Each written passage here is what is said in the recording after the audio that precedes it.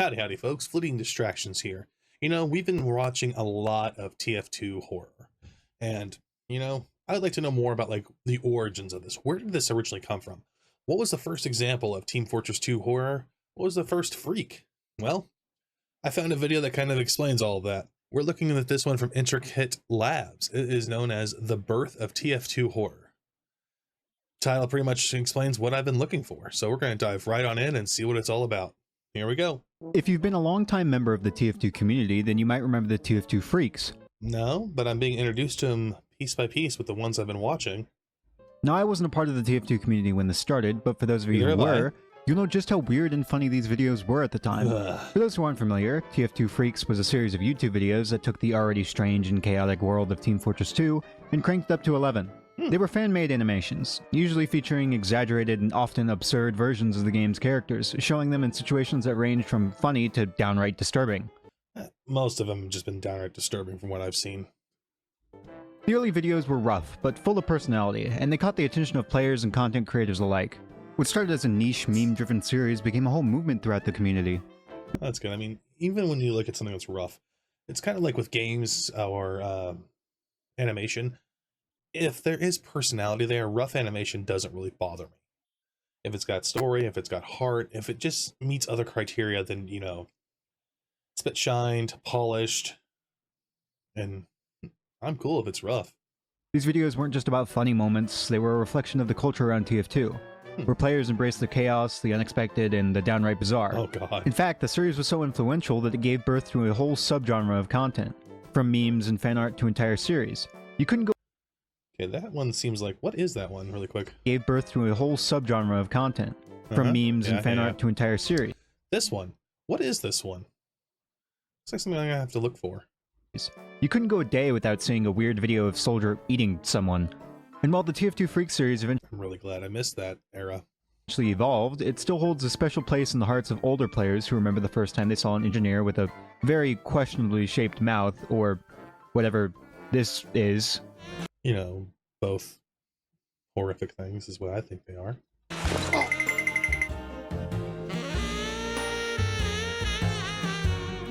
Oh my. So why are we talking about this now, years later? Well, Yeah, a few years after the TF2 Freaks first made their appearance, a certain series became really popular, and still has people waiting for its epic conclusion 6 years later.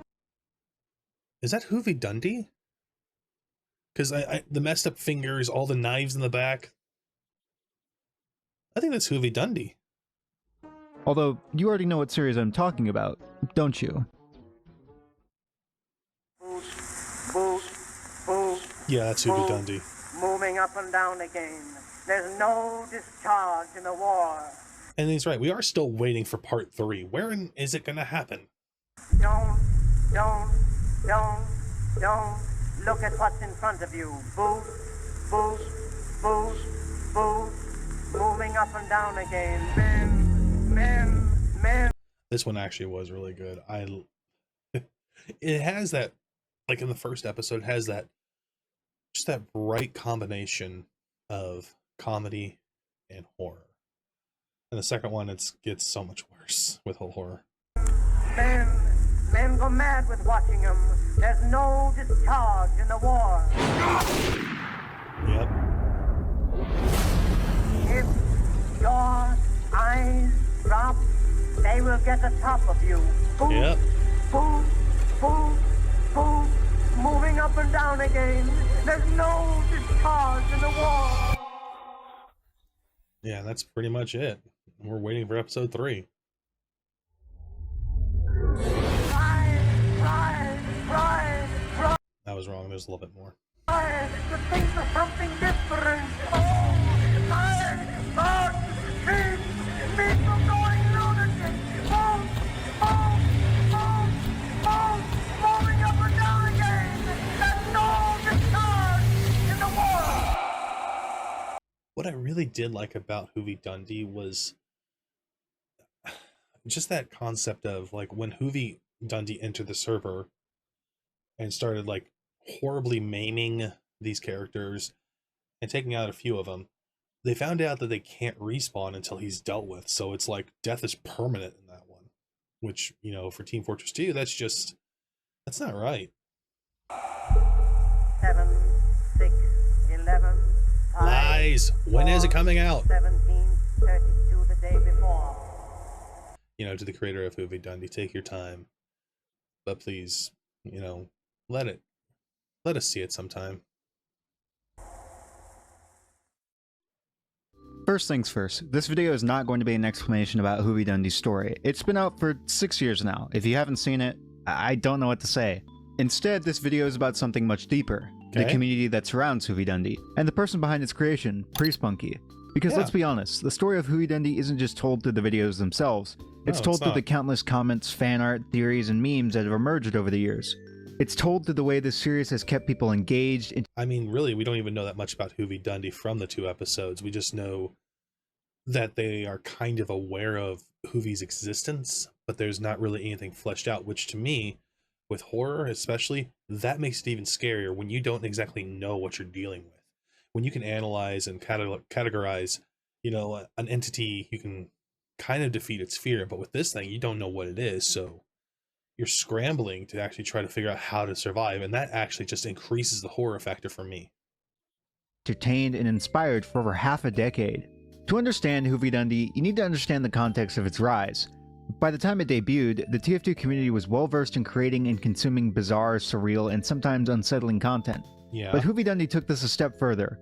While most TF2 freak videos had unsettling or even borderline scary content, it was still deeply rooted in often unserious tones or themes. Hoovydundy, however, was a series that took itself seriously while still knowing when to include comedic moments. Go to hell, wanker. Love the scene. Culturally appropriate. Everything above your neck's gonna be a fine red mist, you bloody pie! Spunky's journey to creating Hoovydundy didn't start with some grand vision. In fact, it was born out of a combination of inspiration and frustration. Like many of us, Spunky grew up watching classic Gmod animators like Rubberfruit, Dasboshit, and Kitty0706. He described these early videos where freaks Rubberfruit, Dasboshit, and Kitty0706. R.I.P. Oh, I'm sorry to hear that.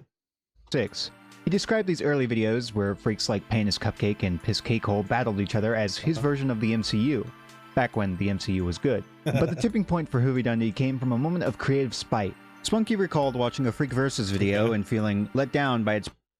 Spunky, I commented on a particular Freak Versus video that I won't name and was disappointed that the guy created such a long video, but with a predictable story and no characterization besides evil guy versus other evil guy, and some dumb mercs who get themselves killed thrown in.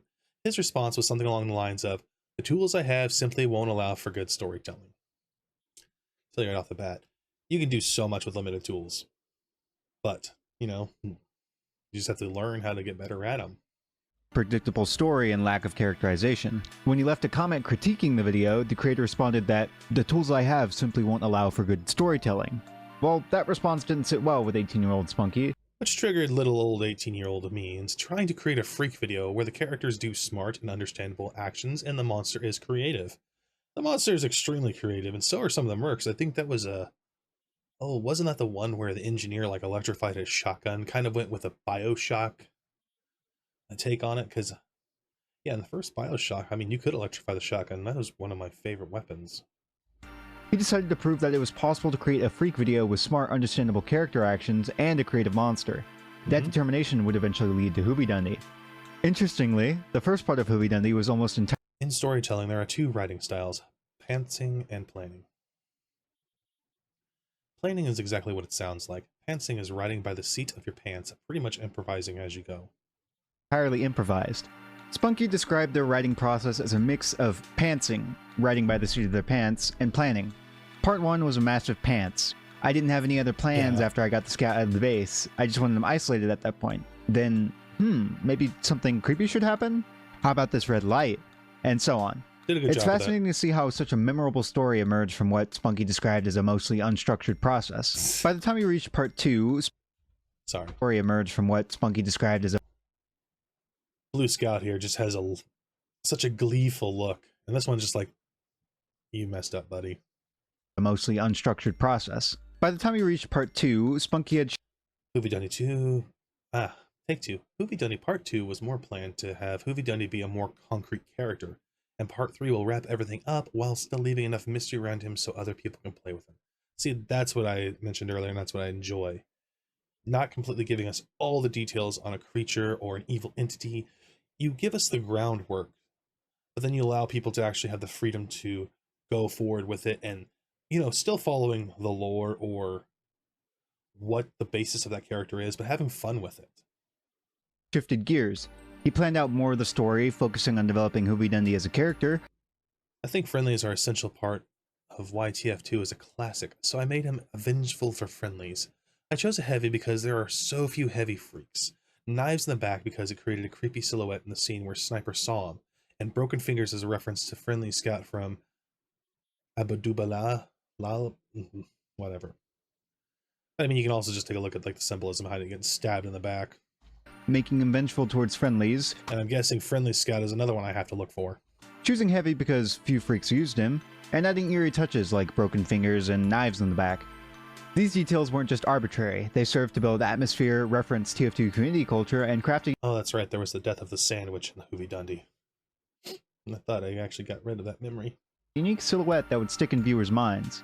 There were a lot of amazing moments in the second part, but I'd have to say my favorites are the scout's first encounter with Hoovydundy, and later on when the spy finds the scout all messed up from the Hoovydundy's attack. Yeah, that was These two scenes still hit me hard, no matter how many times I rewatched them. I've only watched it once. Over the years, Hoovydundy gained a devoted following. Spunky described their reaction to its popularity as dumbfounded shock and giddy excitement. Did they make a horror game out of Hoovydundy? It didn't feel real until he saw Hoovydundy as a boss in Slender Fortress. Even now, he finds it surreal that Wait. They actually mentioned that one. What was it? Cinder Fortress? Real until he saw Hoovydundy as a boss in Slender Fortress. Even now, he finds it surreal that a project he started as a high school senior, a project he often looks back on and sees only the flaws, has had such a lasting impact. Of course, the story of Hoovydundy isn't the flaws are fine. It's about the creator behind it. Spunky has had the chance to collaborate with other Gmodders who once inspired him, completing several animations together. Yet, the promise he made to himself, to release Hoovydundy Part 3 before anything else, has become a major source of anxiety. As he put it, life hit me hard, but I'm still working on it, along with other projects that aren't Gmod. Plus, the sympathy card is cringe. Yeah. Despite the delays, Spunky is still committed to finishing the story. He even teased the possibility of releasing the first 5 to 10 minutes of Part 3 alongside other completed animations. And while computer problems have also slowed progress, it's clear that his... Putting this here because he told me to. Fish. Bouncing. Yeah, okay. Passion for storytelling and the Hoovydundy community hasn't wavered. If I had to condense my thought on Spunky and his series down to one word, it would be reverence. Now hold on before you'll start whipping out your dictionaries, although let's be honest, who still owns a dictionary nowadays? I do. What that means is I respect the Hoovydundy series as a whole. I actually have a couple of them. I respect it a lot, actually. There's not many people who can create such a compelling and developed story all by themselves. I respect Spunky because he did something that I know I wouldn't be able to do myself, even if I tried. But I'm not the only one who holds this level of respect for Spunky and his series. I brought in a couple of guests to give their thoughts on it. Just know I was going to include Richter Overtime, but apparently he's never seen it? Like, what? Hoovydundy was, or still is, one of the most impressive medias to come out of the Team Fortress 2 Freaks community. And only from 2 episodes alone, we got a whole world to work with thanks to its incredible world building, and especially the horror.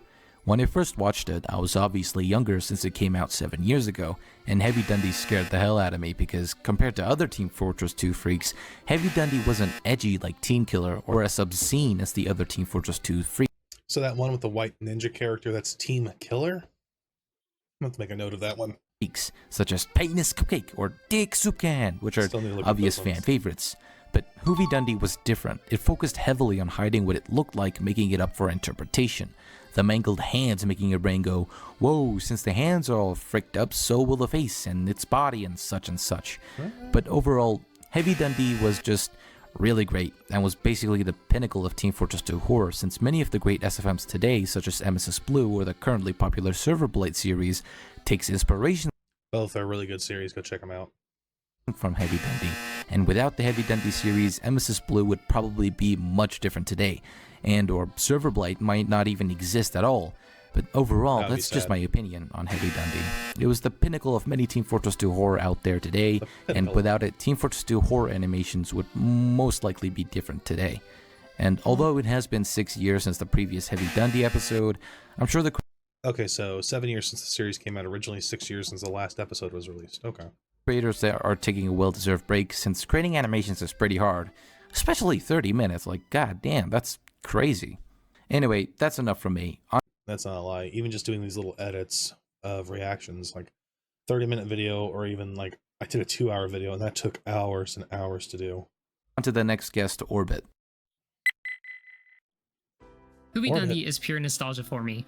It has that early 2010s vibes that I love so much and grew up with. From the comedy to the style of animation, it is a pure nostalgia trip for anyone who watches it. Compared to other Gmod videos from back then, you'll see that it fits right in. But where it really stands out is when it gets scary. True. Hoovydundy has such an original entity design that I love so much, and I've not seen anything else like it. Along with this, there's one thing that I think Hoovydundy does super well, and that's its reaction shots. I just love seeing the Scout in every scene because his face just goes crazy, and there are a lot of actually good reaction shots, especially like where the Scout originally like just nopes out of there. Another one that sticks to me is like Spy's reactions to Hoovydundy, and also the scene with what happens to the Blue Scout. love it. Not to mention how it seems to take inspiration from classic slasher and monster movies. It Yes. definitely felt like a love letter to those type of films, and I appreciate everything that this series has done. Without Hoovydundy, I feel like we wouldn't have most of the TF2 horror series we would have today. So, come out with part 3. Please. Yeah, please.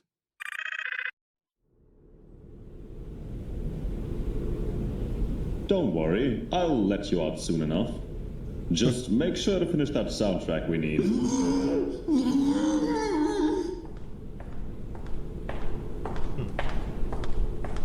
So, Love the sweater, Doc. if you ask me, Hoovydundy excels because it taps into TF2's, at the time, very unexplored potential for horror. It's counterintuitive, but I think the uncanny realism of old Valve games, TF2's historic real-world setting, and its reputation for being silly and unserious can allow for some very effective spooks.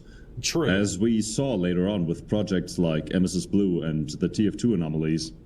You can actually see that with a lot of different things. Things that are cute or funny, or in general, like when you take a look at, oh, what was a good example? Somebody did some renditions of like creepy Looney Tunes, just taking something that was originally cute or funny, and you're not expecting the horror that it can unleash. And whether by accident or intention, Hoovydundy uses all of that to its advantage by doing something few TF2 horror projects had done at the time: take itself seriously, or at least take its monster seriously. All the goofy Gmod humor in the beginning perfectly leads the audience into a false sense of security, while leaving us blindsided to the genuinely ominous and menacing presence that is the titular monster. And when, in the sequel, Pre-Spunky doubles down on the series elements with even more violence and genuinely somewhat emotional beats, the contrast to TF2's typical tone really makes for some unique horror. It really utilizes that corruption of innocence and childhood media that has become so synonymous with digital horror. I mean, by the Emperor, the monster is literally an evil... By the Emperor? Do I detect a Warhammer fan? corrupted Hoovy. I rest my case. Yeah. Gonna go work on your soundtrack again?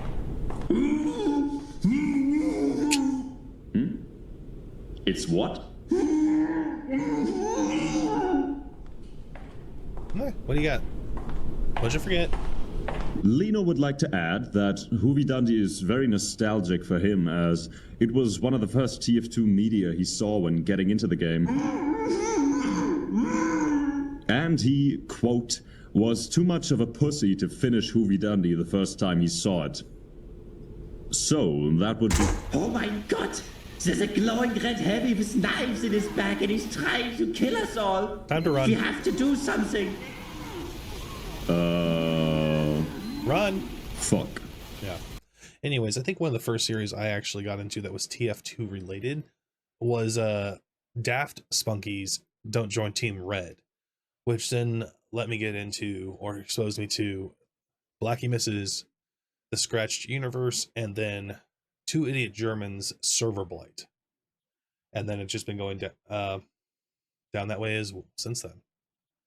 Out of all of them, I like, because I didn't discover Hoovydundy first, seeing like the other two with the analog horror, like with Don't Join Team Red, and then seeing kind of the silliness with the first couple episodes of the Scratch Universe, getting to watch Hoovydundy, yeah, the way I think that person's name was Air described it works perfectly. It was kind of a mismatch, not a mismatch, but a what's a good word to describe that as? Combination of silliness at first, which you could take the slapstick comedy, things of that nature, and then just boom, straight up horror, which, like they said, like, you're not expecting it. It came out of left field for me when I watched it. Doesn't sound like they're doing too good. Now, I also asked my viewers for their opinions on Hoovydundy, and handpicked a few responses to read out. Now, I'm just gonna do it in funny voices, because why not? Yeah, why not? You don't need a reason to use funny voices. I appreciate that. Thank you.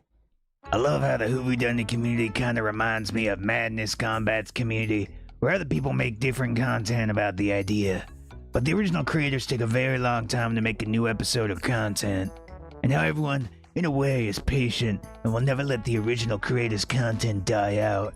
We've been waiting, Spunk, and we will continue waiting. Same. I personally like the knives in his back. To me, they represent every single bit of pain inflicted on him that caused him to turn into a freak. The connection to that one friendly scout freak is also pretty cool. Time to look that up. Sad it never got continued, especially since it was the first TF2 horror series. Never thought TF2 could even be turned into such a thing, but it just goes to show anybody can make anything with the right tools. Can't wait to see what you create too. I think one of the first like TF2 animations that I saw, and I will have to look it up and see if I can actually find it, but it was a Scout versus the Witch from the Left 4 Dead. That one was just plain insanity. I will actually try to see if I can find that one. I don't know if it still exists or not. Aw, thanks. I love the fact that Hoovydundy, despite only having 2 episodes and still being finished, inspired a lot of artists into creating their own TF2 horror animations. That's and what such. I'm getting. I also love a lot of ideas that came out from this animation, like the respawn machine take, later on being used as a major plot point in Nemesis Blue. True. Certainly the work done in Gmod is also pretty good for the time, but mainly the lighting and facial expressions. I agree in my with opinion, TF2 horror was kind of dying, but Hoovydundy might have created a torch to create to which other artists used to travel I'm so glad I'm not the only one that kind of messes up and stumbles over my own words. through the darkness, myself included. Kind of sound like Morty. But yeah. Whether you've been following the series since the beginning or just discovered it today, there's no denying the impact it had on TF2 and Gmod communities. It's a testament to the creativity and dedication of someone who refused to accept limitations and instead crafted something unforgettable. While we may still be waiting for Part 3, the passion of the fans and the legacy of Hoovydundy continue to thrive. So I just want to give a huge thanks to Spunky for making such an awesome series, to the community for keeping it alive, and lastly, thank you guys for watching. That was a really good episode. So yeah, that was the birth of TF2 horror, which, from what everybody said, is because of Hoovydundy. And if you guys haven't seen that one, and you're new to my channel, go check it out. It's done by Spunky. You can find it. It's well loved.